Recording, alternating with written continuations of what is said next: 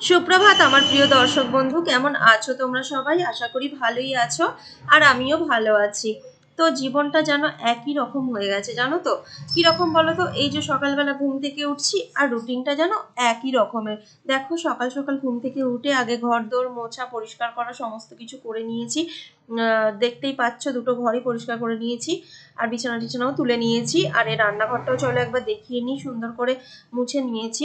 নিচে তো জানো তোমরা, ফর্মটা পাতা থাকে, সেটাকে তুলে মোছামুছি করে নিয়েছি। আর গ্যাস ট্যাসগুলো মুছে বাসন কোসন যা ছিল গতকালকে সমস্ত কিছু ধোয়াধুয়ি হয়ে বেসিন টেসিন পরিষ্কার করা হয়ে গেছে।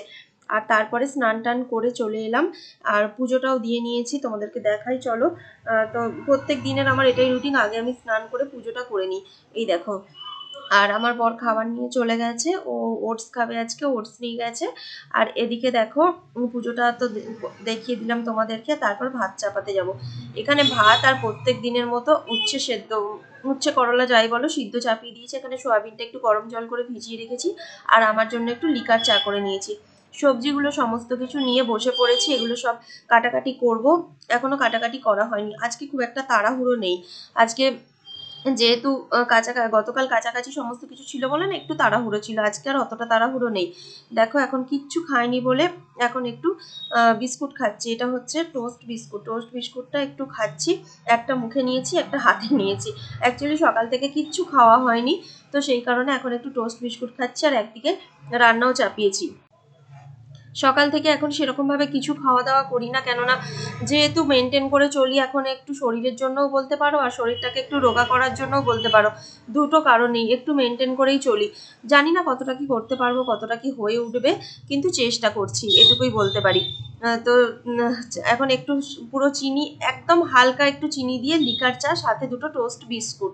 এছাড়া আর কিছুই খাইনি সকাল থেকে। আর হ্যাঁ, খুব প্রয়োজন হলে ওটস খাই। তো এটুকুই খাওয়া। আর রান্না বান্না যে কতটা সিম্পল সেটা তো তোমরা খাওয়া দাওয়া দেখেই বুঝতে পারছো এখন। এই দেখো, একটু মুসুর ডাল করছি, সেটাও আবার একদম পাতলা। আর আমার বর একটু পাতলা ডাল খেতেই ভালোবাসে, ও একদমই ঘন পছন্দ করে না ভাত দিয়ে। আর এখানে দেখো, ভাতটা হচ্ছে। আর এদিকে সমস্ত সবজি কেটে নিয়েছি, ফুলকপি, পটল। এখানে আলুটা ভাজবো সোনাইয়ের জন্য, আর শিম বেগুনটা দিয়ে শাকটা রান্না করব। প্রতিদিনই শাকটা ভাজা করছি, আজকে ভাবলাম একটু তরকারি করি। তার জন্য আজকে শাকটা ধুয়ে নিচ্ছি, নিয়ে একটুখানি তরকারি করব। একটু আগে ভাপিয়ে নেব। আর এদিকে ডালটাও হয়ে গেছে। আর এদিকে তরকারিটা চাপিয়ে দিয়েছি, একটু পাঁচফোড়ন ফোড়নে দিয়েছি, দিয়ে সবজিগুলো দিয়ে নাড়াচাড়া করছি। আজকে একটু পেঁয়াজ কুচিয়ে দিয়েছি, একদম অল্প পেঁয়াজ। আর এদিকে শাকের তরকারিটা বেগুন আর শিম দিয়ে, এই যে শাকের তরকারি, এটাতেও পাঁচফোড়ন আর শুকনো লঙ্কা ফোড়নে দিয়েছি। দিয়ে শুধুমাত্র জিরে আর ধনে গুঁড়ো দিয়ে রান্নাটা করছি। একদম তেল সামান্য একটুখানি না দিলে নয়, সেইটুকুই দিয়েছি। তবে যাই বলো, এই হালকা পাতলা রান্নার টেস্টগুলো কিন্তু একদম খারাপ হয় না। আমরা যদি প্রথম থেকে এগুলো চালিয়ে যেতে পারতাম, তাহলে হয়তো শরীরটা এখন এতটা খারাপ করতো না। আসলে মানুষ বয়সের সাথে সাথে সব কিছুই চেঞ্জ হয়, তার আগে তো আর এটা হয় না, তাই না? প্রথম থেকে মনে হয় যতটা পারি ভালো মন্দ খাবো, রিচ খাবো, ফাস্টফুড খাবো, এই ভেবে ভেবে শরীরকে আমরা খারাপ করে ফেলি। আর শরীর খারাপ হতে থাকে, আর এক সময় এমনই খারাপ হয়ে যায়, তখন আর কিছু করার থাকে না। তখন একদম সাদা মাটা ঝোল খেতে, মানে পাতলা পাতলা ঝোল খেয়ে বেঁচে থাকতে হয়। এটাই হয়েছে আমাদের ক্ষেত্রেও তাই। তবে হ্যাঁ, আমি যতটা পারবো এখন মেনটেন করেই চলবো। আর ওর জন্য তো একদম অবশ্যই, আমি নিজের কথা যদিও না ভাবি, বরের কথাটা একটু বেশিই ভাবি, কেননা ওর শরীর খারাপ হয়ে গেলে আমরা এমনিই দমে যাব। তো না, দরকার নেই। ওর শরীর যতক্ষণ সুস্থ থাকে ততই ভালো। আমি যতটা পারবো সুস্থ রাখারই চেষ্টা করব। তো সেই চেষ্টাই চালিয়ে যাচ্ছি। কোনোটাই খামতি হতে দিইনি এখনো পর্যন্ত। আর এই দেখো, এই তরকারিটা আজকে একটু মাখা মাখা করবো, কেননা গতকাল ঝোল করেছিলাম, আর আজকে যেহেতু ডাল করেছি, তাই একদম মাখা মাখা। আর ফ্রিজের মধ্যে মাছ আছে, মাছটা গতকালকে যে রান্না করেছিলাম পুরোটা খাওয়া হয়নি, অর্ধেকটা রাখা আছে। এই দেখো, এই মাছের ঝালটা গরম করে নেব। সেই জন্য আজকে তরকারি আর বেশি কিছু করিনি, মানে ডিম ফিম এসব কিছু করিনি, মাছটা যেহেতু রয়েছে। আর এখানে দেখো, আটা মেখে নিয়েছি, ওর জন্য দুটো রুটি হবে ছোট ছোট পাতলা করে। তো সেই জন্য আটাটা অল্প করেই মেখে নিয়েছি। আর এখানে দেখো, সমস্ত কিছু কাজকর্ম আপাতত কমপ্লিট করে নিচ্ছি, মানে রান্না করতে করতে যতটা পারছি কাজকর্ম কমপ্লিট করেই নিচ্ছি। আর এদিকে সবকিছু তো তোমাদেরকে আমি শেয়ার করে দিয়েছি, শাকটাও দেখিয়ে দিয়েছি।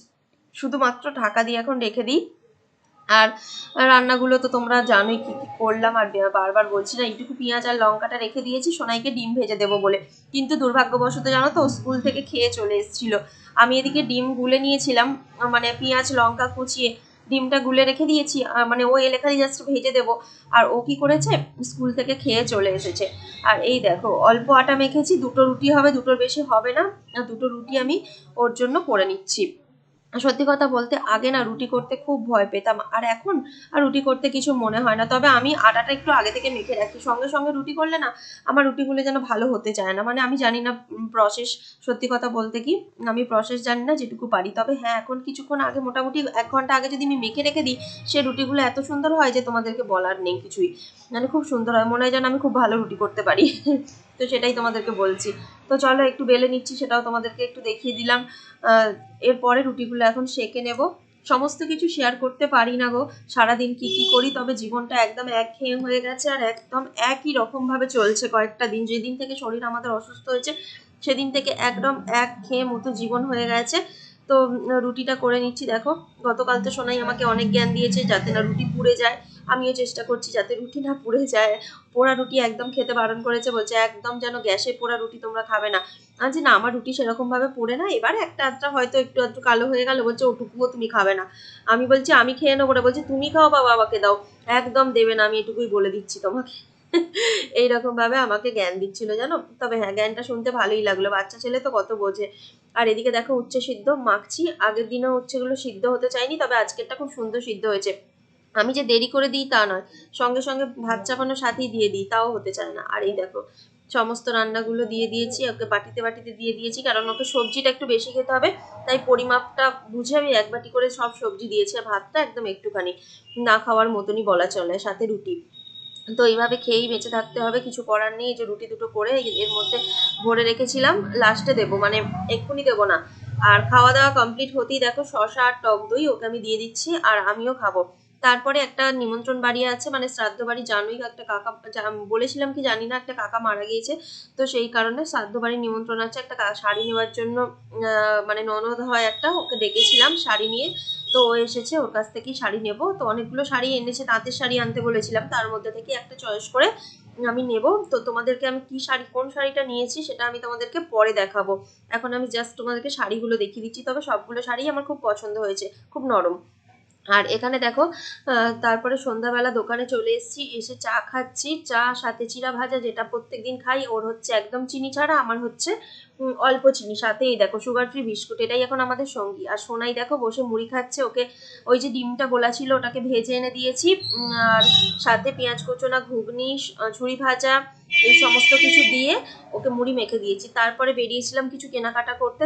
কাকিমার শাড়িটা তো হয়ে গেল, আর দাদার আছে, দাদার একটা গেঞ্জি আর বোনের একটা কুর্তি নেবো বলে বেরিয়েছিলাম। আর ফেরার পথে দেখো গেট পড়েছে। কারা কারা তোমরা এই গেটে দাঁড়িয়ে থাকলে মানে ট্রেন দেখতে ভালোবাসো গো? আমি তো একদম ভালোবাসি না, আমার এখন বিরক্ত ধরে গেছে এই ট্রেন, মানে গেট পড়ে পড়ে না ট্রেন যাওয়াটা দেখতে আমার বিরক্ত ধরে গেছে। এখন তারকেশ্বর গেলে শুধু ভয়ে ভয়ে যাই, যদি গেট পার হই তখন ভাবি যে কখন গেট না পড়ে যায়।